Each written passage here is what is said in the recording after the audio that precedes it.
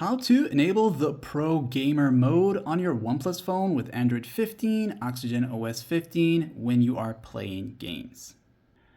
Let's just say you're playing a game on your OnePlus phone and you want to increase the screen refresh rate and enhance the game settings. So if you look to the top left area of your game currently playing, you'll notice this little notch here. So whether you're in portrait mode or in landscape mode, you want to look to the left side here. Just simply grab it by swiping like this here, and you'll notice now this will pop up. You have a few more other options, but the Pro Gamer Mode will be found right where it says low power balance and that little arrow right here. So just go ahead and tap on that there. This is going to pop up and you can select Pro Gamer Mode. When you do decide to select it, there's going to be a prompt that asks if you want to turn it on, and also letting you know that it's going to increase battery usage, and on top of that, make your phone get hot faster. So just use this when you really need it. And of course, once you're done, come back and switch it to low power or balance mode and save your phone's battery. Like and sub.